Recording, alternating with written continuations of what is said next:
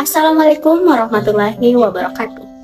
Hai, perkenalkan nama saya Nurmala Saputri dengan NIM 230404502011 kelas A, Prodi Bimbingan dan Konseling jurusan Psikologi Pendidikan dan Bimbingan.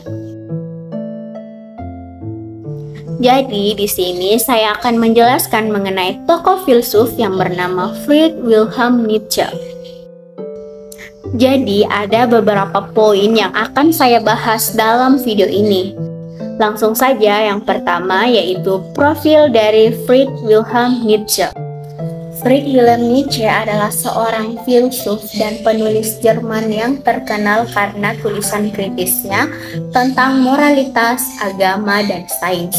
Ia lahir pada tanggal 15 Oktober 1844 di Ravensbrück, Prusia dan meninggal pada tanggal 25 Agustus 1900 di Weimar, Saxony, Kekaisaran Jerman, atau sekitar usia kurang lebih 56 tahun ia hidup. Karya Nietzsche ini mencerminkan gagasannya tentang individualitas dan moralitas dalam peradaban kontemporer. Ia adalah seorang profesor filologi klasik di Universitas Basel dari tahun 1869 hingga 1879. Nah, tulisan-tulisan Nietzsche ini termasuk Spruch Zarathustra dan Beyond Good and Evil, mempunyai pengaruh yang signifikan dalam bidang filsafat. Ia juga dikenal karena konsepnya tentang Übermensch atau Overman. Sebagai seorang filsuf pada abad ke-20, ia mempunyai pengaruh besar terhadap filsafat, sastra, eksistensialisme, postmodernisme, dan psikologi. Selanjutnya yaitu aliran pemikiran dari Friedrich Wilhelm Nietzsche. Yang pertama yaitu kritik radikal. Nah, Nietzsche ini menekankan pada kritik radikal terhadap kebenaran dan sudut pandang perspektivisme serta teori terkait moralitas tuan budak. Yang kedua yaitu kritik nihilisme. Nah, Nietzsche ini menangani kritis nihilisme yang mendalam sebagai akibat dari kematian Tuhan dan afirmasi estetika kehidupan sebagai respon terhadapnya.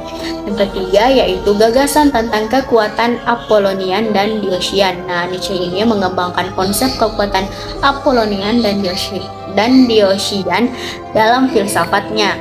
Yang keempat yaitu karakterisasi subjek manusia. Nah, Nietzsche ini karakterisasi subjek manusia sebagai ekspresi dari keinginan untuk bersaing yang secara kolektif dipahami sebagai keinginan untuk berdaya.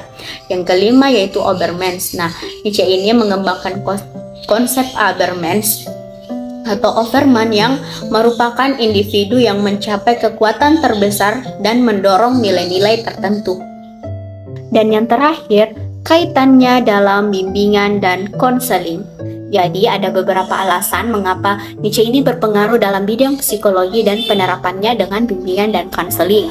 Nah, yang pertama yaitu pemikiran individu. Nah, Nietzsche ini menekankan pentingnya melihat individu sebagai entitas yang mandiri dan tidak bergantung pada norma-norma yang ada.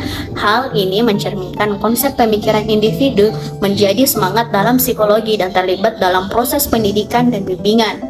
Yang kedua yaitu kebahagiaan perspektif. Nah, Nietzsche ini menyoroti pentingnya mencari perspektif kebahagiaan dan mempelajari nilai-nilai tersebut berdasarkan keterampilan dan keahlian individu. Konsep ini berkaitan dengan konsep kebahagiaan positif dan terapi perspektif yang merupakan metode bimbingan dan konseling yang mempengaruhi cara individu menangani masalah dan mencapai kesadaran.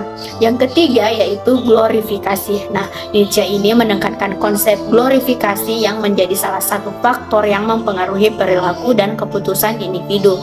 Nah, glorifikasi ini dapat mempengaruhi bagaimana individu terhadap situasi yang tidak seimbang dan mengalami kekhawatiran yang menjadi isu dalam bimbingan dan konseling. Yang keempat yaitu kebijakan dan etika. Nah, Nietzsche ini menekankan pentingnya melihat kebijakan dan etika sebagai faktor penting dalam memahami dan mengembangkan perilaku individu. Konsep ini berkaitan dengan konsep konseling berpusat pada klien, yang merupakan metode bimbingan dan konseling yang menekankan pada perilaku dan kebutuhan individu. Jadi, secara keseluruhan kerja Nietzsche ini memiliki dampak yang signifikan dalam bidang psikologi, khususnya dalam konteks pendidikan dan bimbingan.